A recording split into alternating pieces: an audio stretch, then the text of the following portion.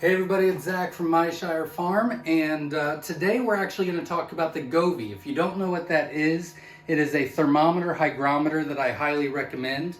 We're actually doing a test on the Brencia here, which that video will be coming out shortly, but my philosophy is to never trust incubators. In my opinion, all incubators lie.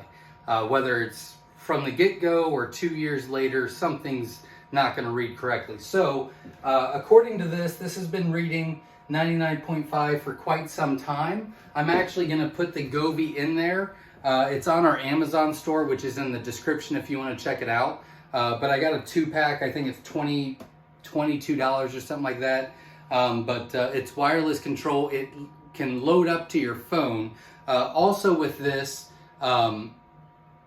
if you download the app, it actually gives you instructions on how to calibrate it as well, which is really nice. And then this actually tracks on your phone like dips or anything like that. So like if you're out of town for a few days, you can see if there's any dips in temp or anything like that, which is really, really cool. So we are going to put this right in here if you want to come over here and check it out. We're going to put it right on top where the eggs would go. Close this up, and then we will check it out in just a little bit to see if it's reading correctly. We usually like to test it a few different times, so I'm going to put it right in the middle for about 2 hours, and then every 2 hours I'm going to put it on all 4 sides to make sure it's reading correctly. But according to this, it's 99.5 to 99.6.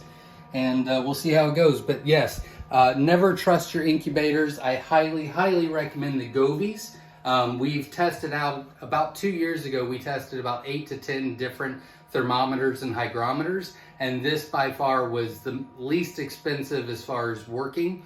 And it's very accurate for us. So I just wanted to give you an update on that, and good luck.